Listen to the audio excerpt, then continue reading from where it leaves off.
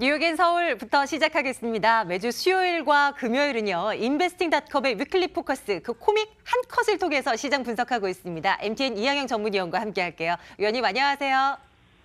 네, 안녕하세요. 이항영입니다. 오늘 우리가 살펴볼 한 컷 보겠습니다.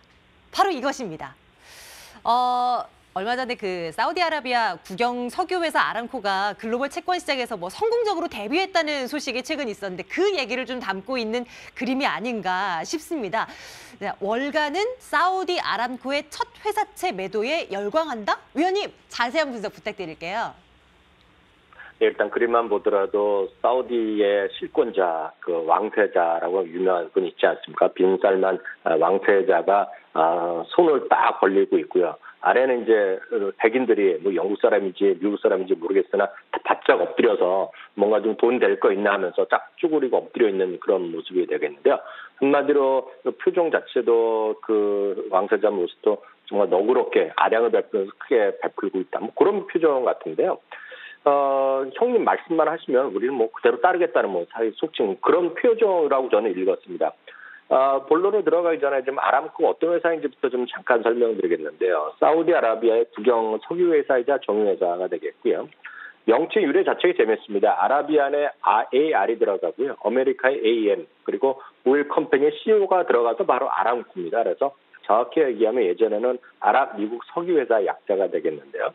워낙 이제 미국 회사랑 사우디의 합작 회사였다가 1970년대 이후에 중동 전쟁 이후 석유 회사들이 대부분 이제 중동 국가들의 국영화되는 과정을 거치면서 1980년대에 사우디아라비아가 완전히 정부가 나서면서 결국 국유화를 했고요.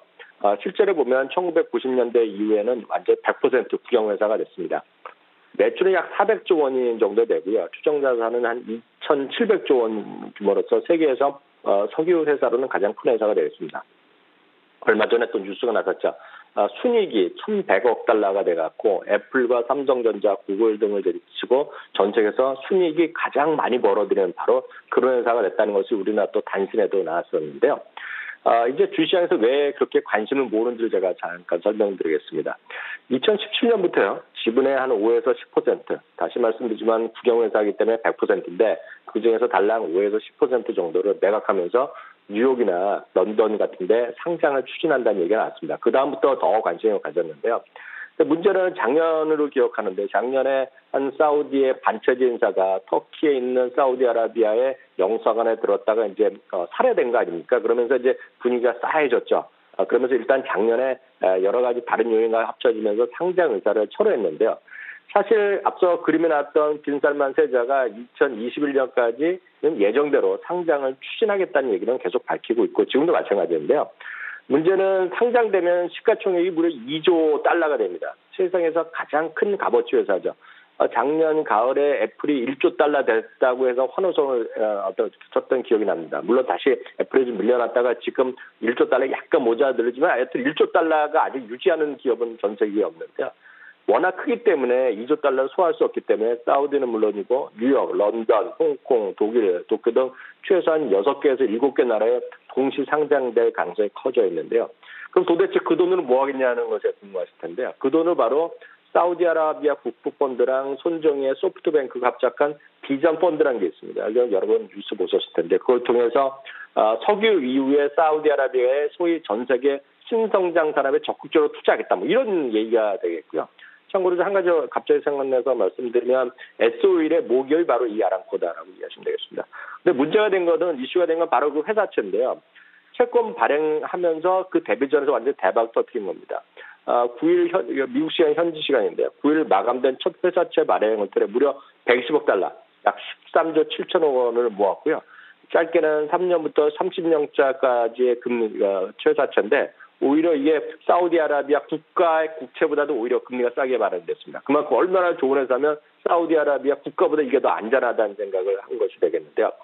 이 그림은 뭐냐면 아까 제목도 써있지만 아람코의 채권 발행이 소위 사우디 왕정의 그런 비판적인 언론을 받았던 그런 거에 대해서 완전히 지금 그런 것들 완전히 사라졌고 오히려 돈 앞에서 속수무책에 무너지는 서양 사람들의 모습을 그대로 보여줬다라고 보셔야 되겠습니다.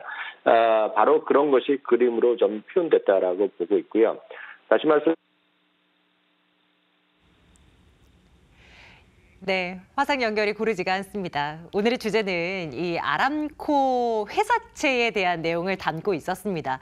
뭐 채권 시장에서 아주 난리가 났던 이슈였어요. 채권을 사겠다는 주문이 아주 물밀듯이 들어오면서 이 아람코의 회사채, 이 그 금리 수준이 사우디의 국채보다도 낮은 수준에서 그러니까 훨씬 더 안정적인 회사다라는 평가를 받았던 그런 내용이었어요. 조금 더 후속적인 이야기를 좀 들어보도록 합니다. 위원님, 마무리 좀 지어주십시오.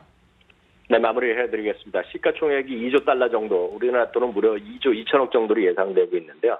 이 규모 자체는 우리나라 코스피랑 코스닥, 코스피 지금 11일 연속 올라봤자 코스피랑 코스닥 다 합쳐봤자 지금 이거 턱도 없는 수준이거든요. 그러니까 이거 오늘 말씀드리고 싶은 것은 갑자기 아람코에 채권 투자하시라는 것이 아니라 시장이 정말 크다. 그리고 우리나라는 그 안에서 아주 조그마한 국가일 뿐이라는 생각을 꼭 하시고 글로벌 분산 투자하시라는 말씀 다시 한번 드리고 싶습니다. 또 한 번의 분산 투자에 대한 이야기를 좀 나눠봅니다. 이항영 위원님과 함께했고요. 위원님, 다음 주에 뵐게요. 고맙습니다. 네, 감사합니다.